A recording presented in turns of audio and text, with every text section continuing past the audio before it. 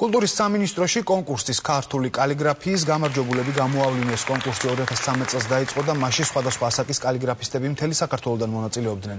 სულ კულტურის სამინისტრომ და ხელნაწერთა ეროვნულმა ცენტრმა 8 გამარჯვებული გამოავლინეს.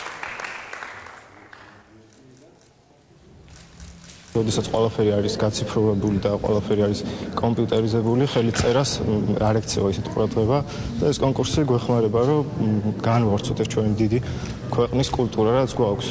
და ამ კონკურსში გამარჯვება იყო ჩემთვის ძალიან მნიშვნელოვანი და ძალიან საპასუხისმგებლოც, ისე რომ ეს არის სტიმული, რომ გავაგრძელო მე მუშაობა. თუ ვინმეს ხელში აუღია ასეთი წიგნი, იცის კარგად თუ რა დიდი ძალა, რა დიდი მაგია აქვს მას. ამიტომ ძალიან ნიშანდობლივია ის ფაქტი, რომ წინვალე ავდგომის დღესასწაულის წინ ჩვენ ხვდებით აქ კულტურის სამინისტროში და რჩეულებს, გამარჯვებულებს ვაჯილდოვებთ. ასეთი წახალისება ახალგაზრდა კალიგრაფებისათვის ვფიქრობ ძალიან მნიშვნელოვანია. ეს საბოლოო ჯამში მიგვიყვანს ამ არაჩვეულებრივი ქართული ტრადიციული დარგის კალიგრაფიის აღორძინებამდე. დარწმუნებული ვარ, ბევრი გამარჯვებული საბოლოოდ დადგება პროფესიონალ კალიგრაფად.